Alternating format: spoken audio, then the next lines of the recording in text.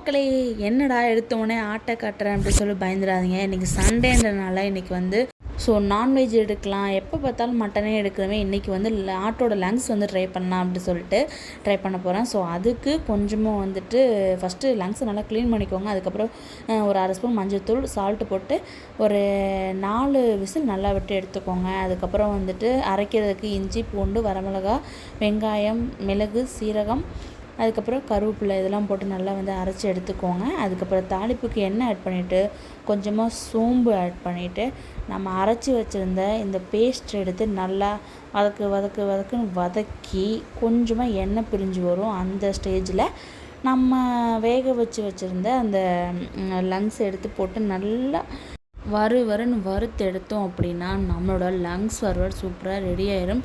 உப்பு காரம் பத்தலை அப்படின்னா நீங்கள் கொஞ்சமாக ஆட் பண்ணி நல்லா வந்து வறுத்து எடுத்துக்கோங்க. அப்புறம் என்ன, சாப்பிட வேண்டியதான். பில்டப் பண்றணும், பீலா வரணும், அது முக்கியம் இல்ல.